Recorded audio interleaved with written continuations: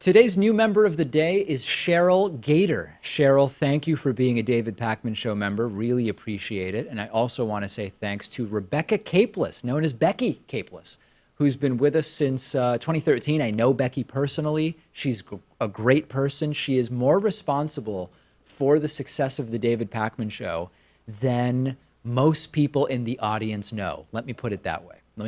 So great day to be a new member of the day for Cheryl Gator, the same day that Becky Capeless is longtime member of the day. And on that note, we will go to the phones, 617-830-4750. Let's see what's on people's minds, starting with our caller from 972. Caller from 972, go ahead.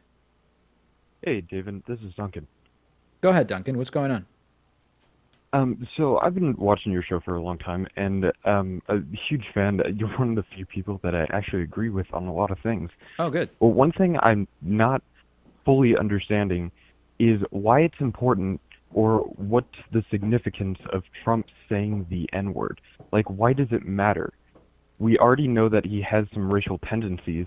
Why is it news that he would say an N-word, or a specific word in general? You're completely right, Duncan, that anybody who has followed Donald Trump for the last 2 years wouldn't be at all shocked that Donald Trump uses the N-word. In fact, it's very likely that he does. It would be newsworthy for two reasons. And to be clear, I have made it clear from the beginning that the N-word story is not actually a top story, right? We've got dozens of indictments and guilty verdicts coming against Trump associates. Like the real stories are other stories. It's relevant sort of for two reasons. Number one, it would be sort of like the final debasement of the culture if Trump were on video throwing the N-word around and his supporters didn't care, which is probably what would happen. Like there would probably be no repercussions to that, when the truth is that the lack of decorum that we've already seen should have had consequences, and that would sort of be like the final straw. But you're right that, like, big picture, it's not that crazy as a revelation, because any reasonable person at this point probably assumes Trump uses the word.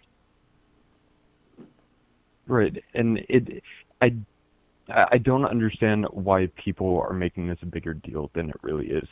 I don't know if it's being made a bigger deal than it is. I mean, I think it's a salacious story that involves Omarosa and all of these different elements, but the president on tape using a word he claims isn't in his vocabulary does further go to his pathological lying, does further go to lying about his views about minorities. Like, it's not nothing, but I do agree with you that it's not by any means the biggest. Even on the day that it was the story, it wasn't the biggest story that day. No, I agree. I think it's the fact that Omarosa had recordings to begin with, that she was in the security room and had recordings, and not just the N-word.